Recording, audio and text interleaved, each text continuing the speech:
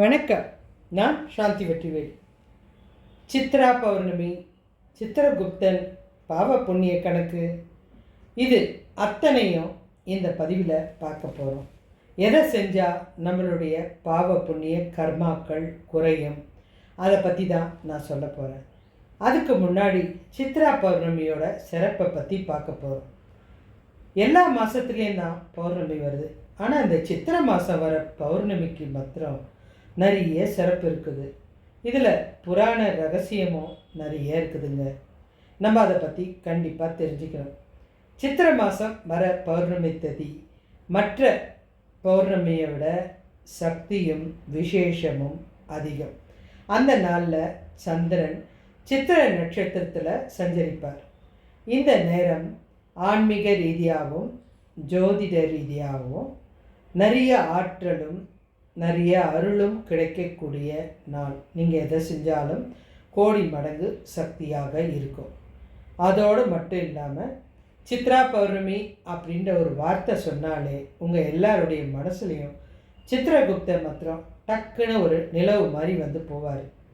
ஆமாங்க, இவருடைய பிறப்பை பற்றி தான் நம்ம பார்க்க போகிறோம். ஒரு முறை சிவன் ரசித்து அழகாக ஒரு ஓவியத்தை வரைஞ்சார். அந்த ஓவியம் பார்க்க ரொம்ப அழகாக இருந்தது. பார்வதி தேவிக்கே அந்த உருவத்தை பிடிச்சாச்சு.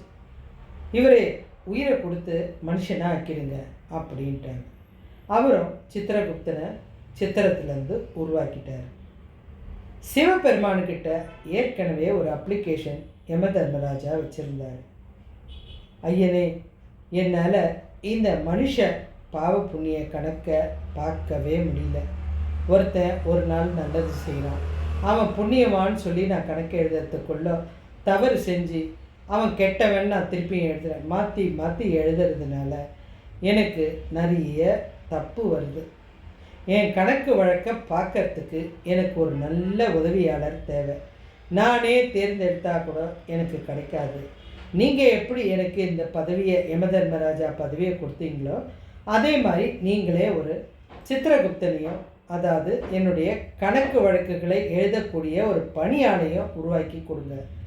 அது சிவபெருமானுக்கு ஞாபகம் வந்தது. யம தர்மராஜனை கூப்பிட்டு, நீ ஒரு உதவியாளரை கேட்டல்ல, இந்த உதவியாளரை நீ வச்சுக்கோ. இவர் எந்த வித பாகுபாடும் இல்லாமல் நீ சொல்கிறத கூட கேட்க மாட்டார். அத்தனை பாவ புண்ணிய கணக்கையும் துல்லியமாக பதிவு செய்யக்கூடியவர்.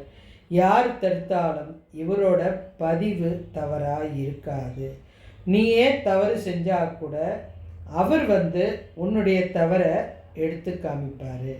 அதாவது நம்ம ஒரு வீட்டில் ஒரு பிரச்சனை நடந்ததுன்னா அந்த வீட்டில் இருக்க சிசிடிவி கேமராவை துல்லியமாக கண்காணித்தா எந்த இடத்துல பிரச்சனை உருவாச்சு, எந்த இடத்துல தவறு நடக்கலை அப்படின்னு கண்டுபிடிப்போமோ அந்த அளவுக்கு துல்லிய கணக்கு அவர் எழுதி வச்சிருப்பார். அவர் பிறந்த நாள் தான் இந்த சித்ரா பௌர்ணமி, சித்திரகுப்தன் அவதரித்த திருநாள். இந்த நாளை எப்படி கொண்டாடணும், இவர்கிட்ட எப்படி நம்ம இந்த பாவ புண்ணியத்தை குறைக்க சொல்லி, அதாவது பாவத்தை குறைக்க சொல்லி புண்ணியத்தை கூட்ட செய்யணும், அந்த விஷயத்தை தான் உங்களுக்கு சொல்ல போகிறேன். அதுக்கு முன்னாடி இதில் நடந்த நிறைய நல்ல விஷயத்தை நீங்கள் தெரிஞ்சுக்கணும். இந்திரன் தன்னுடைய குருவான பிரகஸ்பதியை அவமரியாதை பண்ணிட்டார். குருன்றதை விட நம்மளை உயர்த்தத்துக்கு ஒருவர் செய்யும் நல்ல விஷயங்களை மறந்துட்டு அவங்கள நம்ம துன்புறுத்தினா அது கடவுளுக்கு பிடிக்காது. அவங்களுக்கெல்லாம் பிரமாதி தோஷம் ஏற்படும். இந்த தோஷம் நீங்கிறதுக்கு அவர் எங்கே வரணும்? பூமிக்கு தான். அப்போ நம்ம எவ்வளோ புண்ணியம் பண்ணியிருக்கோம். தேவலோகத்தில் இருந்து பிரம்மாதி தோஷம் நீங்கணும்னா பூமிக்கு தான் நிவர்த்தி செய்யணும். நம்ம பூமியிலேயே இருக்கோம். அப்போது நம்மளால் நம்ம தோஷங்களை நிவர்த்தி செய்ய முடியும். அவரும் பூலோகம் பல சிவஸ்தலங்களுக்கு போய் கடைசியாக மதுரையில் ஒரு சுயம்பு லிங்கத்தை உருவாக்கி பொற்றாமரை குளத்தில் நீராடி சிவனை வழிபட்டார். அப்போ அவருக்கு பூவே கிடைக்கல. ஒரு இந்திரலோகத்தை ஆட்சி செய்கிற ஒரு அரசனுக்கு பூ கிடைக்கலன்னா எப்படி?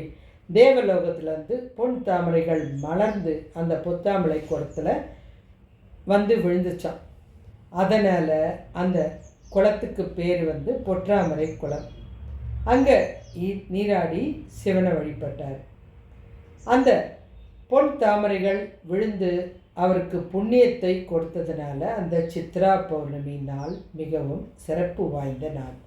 அன்றைய தினத்தில் நதிகளில் நீராடி நீங்கள் குளிக்கும்போது உங்களுடைய பாவங்கள் குறையும் சக்தி வாய்ந்த ஒரு நாள் அந்த சித்ரா பௌர்ணமி. அன்னைக்கு இன்னும் சில விசேஷங்கள் நடந்தது. நம்ம சித்ரா பௌர்ணமி நாள் அன்னைக்கு தான் மதுரை மீனாட்சி அம்மனுக்கும் சுந்தரேசருக்கும் விமர்சையாக கல்யாணம் ஆச்சு. ஏன்னா அன்னைக்கு எது செஞ்சாலும் பல மடங்கு உயர இருக்கும், கோடிக்கணக்கான அளவு உயர்ந்து நிற்கும். இந்த இறைவன் திருமணமும் அந்த சித்ரா பௌர்ணமி அன்னைக்கு தான் நடந்தது. அது மட்டும் இல்லைங்க, அவங்க அண்ணன் அழகர் ஆற்றுல இறங்கினதும் அன்னைக்கு தான். அதை தான் சித்திரை திருவிழான்னு சொல்லுவாங்க. அன்னைக்கு பெண்கள் மங்கள கௌரி நோன்பு அப்படின்னு தங்களுடைய கணவர் ஆயுள் காலம் நல்லா இருக்கணும், நம்ம தீர்க்க சுமங்கலியாக இருக்கணும் அப்படின்னு விரதம் இருந்து நிலவு சாப்பாடு சாப்பிடுவாங்க. இது குடும்பத்தோடு சேர்ந்து செய்வாங்க. நில ஒளியில் சாப்பிட்றது அத்தனை சக்தி வாய்ந்த விஷயம். நம்மெல்லாம் சின்ன குழந்தையாக இருக்கும்போது நில ஒளியில் போய் சாப்பிட்டது இதுக்கு தான்றது நினைக்கும்போது மகிழ்ச்சியாக இருக்குது. பெரியவங்க எல்லாமே நல்ல விஷயத்துக்கு தாங்க செய்கிறாங்க. இந்த நாளில் வந்து சாதாரணமாகவே உங்களுக்கு ஒரு ரகசியம் சொல்கிறேன்.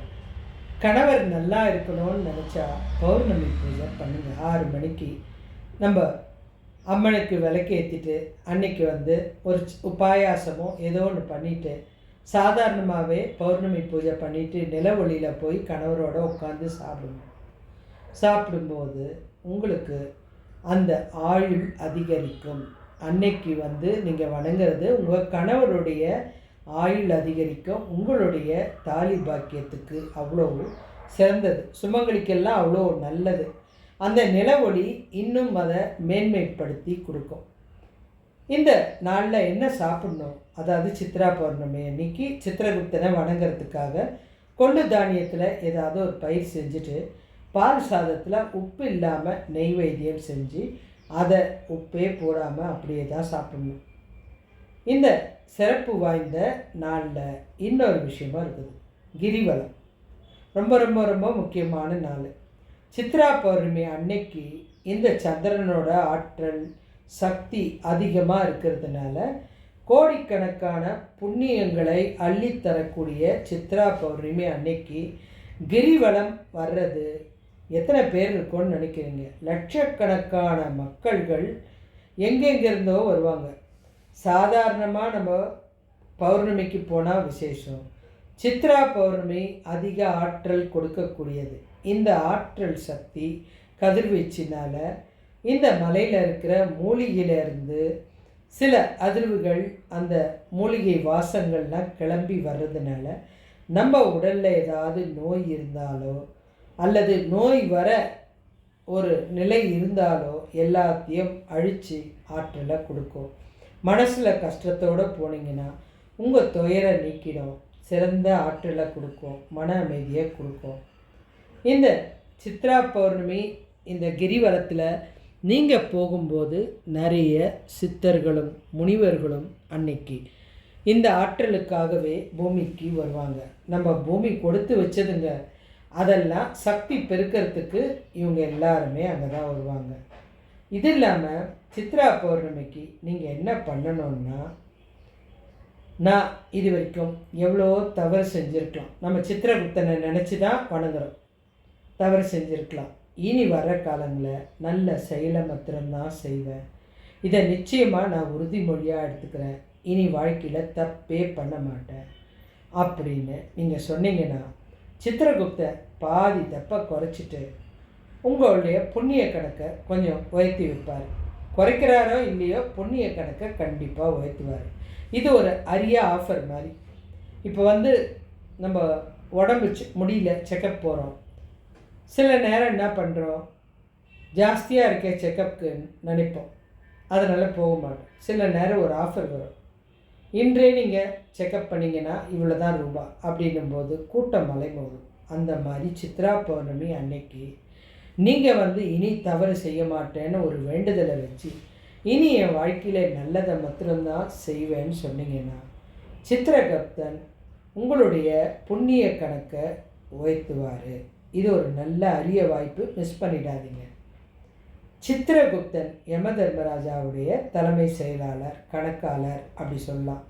அதாவது பிரபஞ்சத்தில் இருக்கிற ஒவ்வொரு உயிரினத்தோட எண்ணமும் சொல்லும் செயலும் நம்ம மனசில் நினைக்கிறது கூட எதுவாக இருந்தாலும் ஒரு வினாடி கூட தவறாமல் பதிவு செய்யக்கூடிய ஒரு மிகப்பெரிய சக்தி வாய்ந்த மனிதர் இவர். சித்ரா என்றால் படம் தெளிவானது அப்படின்னு பொருள். குப்தான்னா மறைவாக ரகசியமாக இருக்கிற விஷயத்தை கூட கிரகிச்சு எழுதக்கூடியவர். உயிரினங்கள், மறைவான ரகசியங்கள், எல்லா விஷயமும் மனுஷன் எதுவாக இருந்தாலும் அத்தனை பேருடைய ரகசியமும் தெளிவாக மனசில் நினைக்கிறது, பேசுறது, யாரும் இல்லைன்னு சொல்கிறது, இது அத்தனையும் ரகசிய கணக்கெடுப்பு இவர் எடுக்கக்கூடியவர். அதுதான் சித்ரான்னா தெளிவான அப்படின்றது பொருள். குப்தான்னா மறைவாக ரகசியமாக இருக்கிற விஷயம். இவரை வழிபட ஒரு முக்கியமான விஷயம், இவருக்கு பிடிச்சது எது, ஒரு நோட்டு ஒரு பேனா. அதை நீங்கள் சாமிக்கிட்ட வச்சுட்டு இந்த கொள்ளில் ஏதாவது ஒரு பிரசாதம், உப்பு சேர்க்காத பால் சாதம் வச்சுட்டு மனசார இனி நான் தவறு செய்ய மாட்டேன், நிச்சயம் என் வாழ்க்கையில் என் உயிர் இருக்கிற வரைக்கும் நல்ல செயலை மட்டும்தான் செய்வேன், தெரியாமல் தவறு செஞ்சுருந்தா மன்னிச்சிடு, ஏதோ உணராமல் செஞ்சுட்டேன், அதனால் இன்னமேட்டு நான் எந்த தப்பும் செய்ய மாட்டேன் மனசார வேண்ட நாள் தான் இந்த சித்ரா பௌர்ணமி. நல்ல நாள். கண்டிப்பாக இந்த நாளில் கொஞ்சம் நேரமாவது நில ஒளியில் கண்டிப்பாக இருக்கிறோம். ஏன்னா நிலவால் நம்மளுடைய மன அமைதி கிடைக்கும். நிலவு தரிசனம் தியானம் செஞ்சிங்கன்னா ரொம்ப ரொம்ப நல்லது. மொட்டை மாடியில் உட்காந்து கொஞ்சம் நேரம் நில ஒளியில் உங்கள் மேலே படுற மாதிரி நீங்கள் ஏதாவது ஒரு விஷயத்தை நினச்சிட்டு தியானம் பண்ணிங்கன்னா நிச்சயம் 1000 மடங்கு அது சக்தி வாய்ந்ததாக உங்களுக்கு கிடைக்கும். அதனால தான் பெரியவங்க கிரிவலம்ன்ற ஒரு விஷயத்தை வச்சாங்க. மூலிகை காற்று ஒரு பக்கம், நிலவொளி உங்கள் மேலே வர்றது, நீங்கள் இருக்கிறது கோயில் ஸ்தலம், இதெல்லாம் சேர்த்து நிலவொளியோட ஆற்றலோடு சேர்த்து உங்கள் ஆற்றலை பெருக்கி நீங்கள் நினைக்கிற ஒவ்வொரு செயலையும் அதிகப்படுத்தி ரொம்ப மேன்மையாக்கி கொடுக்கக்கூடிய ஒரு நல்ல நாள் தான் இந்த நாள். இந்த நாளில் நீங்கள் நல்லது செய்யலாம். எப்படி செய்யலான்னா, ஒரு குழந்தைங்கள பார்த்தீங்கன்னா ஒரு 5 பேருக்காவது 10 பேருக்காவது நோட்டு பேனா வாங்கி கொடுங்க. ஏன்னா நோட்டு புத்தகம் அப்படின்றத ஒருத்தர் அறிவு கண்ணை திறக்கிறது சிறப்பான விஷயம். அதை நீங்கள் கண்டிப்பாக செய்யுங்க. அடுத்தது அன்னைக்கு வெள்ளையில் ஏதாவது உணவு செஞ்சு கோவிலில் பிரசாதமாக கொடுங்க. முக்கியமாக பௌர்ணமி 6 மணிக்கு தானே அந்த பௌர்ணமி வருது. அந்த நேரத்தில் ஏதாவது ஒரு குளிச்சுட்டு சிவன் ஆலயத்தில் போயிட்டு கண்ணை மூடி தியானம் பண்ணுங்கள்.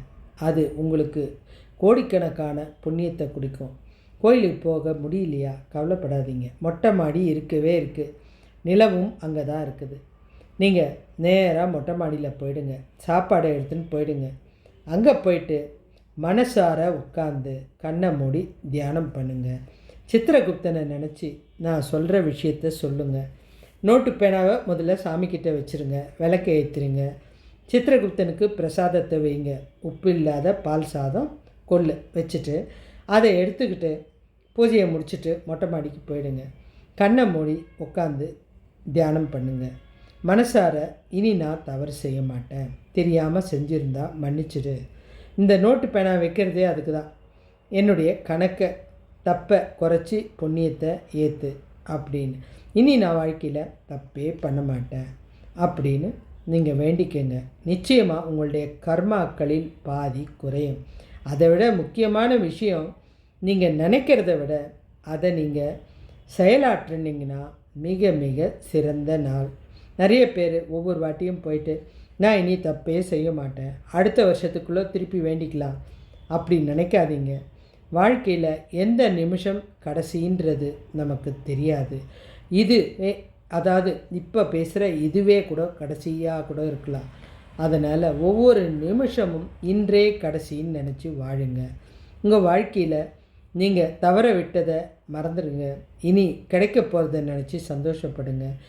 இந்த நாளில் நீங்கள் இறைவன்கிட்ட வேண்டுற விஷயம் 100க்கு 100 கிடைக்கும். ஏதாவது ஒரு விஷயத்தை நினச்சிக்கோங்க. நில ஒளியில் உட்காந்து தியானம் பண்ணுங்கள். அப்படியே அங்கேயே குழா இருந்தால் கை கழுவிட்டு அந்த சாப்பாடை நில ஒளியை பார்த்துக்கிட்டே சாப்பிடுங்க. ஒரு மணி நேரமாவது நில ஒளியில் நீங்கள் உட்காருங்க. முதல்ல தியானம் பண்ணுங்கள் 10 நிமிஷம். உங்கள் வேண்டுதலை கேளுங்க. அதுக்கப்புறம் சாப்பிடுங்க. அங்கேயே கொஞ்சம் நேரம் உட்காருங்க. அந்த நில ஒளி உடம்புல பட பட பட உங்களுடைய ஆற்றல் அதிகமாகும். உங்களுக்கு ஏதாவது நோய் நொடி இருந்தால் சரியாகும். உலகத்தில் புண்ணியம் நிறைஞ்ச நாள் தான் இந்த சித்ரா பௌர்ணமி. இந்த நாளை தவற விடாதீங்க. மீண்டும் இப்படி ஒரு அரிய வாய்ப்பு கிடைக்கிறது ரொம்ப கஷ்டம். உங்களுக்கு கிடைக்கும். ஆனால் இந்த மாதிரி விஷயத்த சொல்லி இதுக்காக தான் நீங்கள் பண்ணணும்னு சொல்ல மாட்டாங்க. நான் சொன்னது பிடிச்சிருந்தா லைக் பண்ணுங்கள், கமெண்ட் பண்ணுங்கள், ஷேர் பண்ணுங்கள். நன்றி.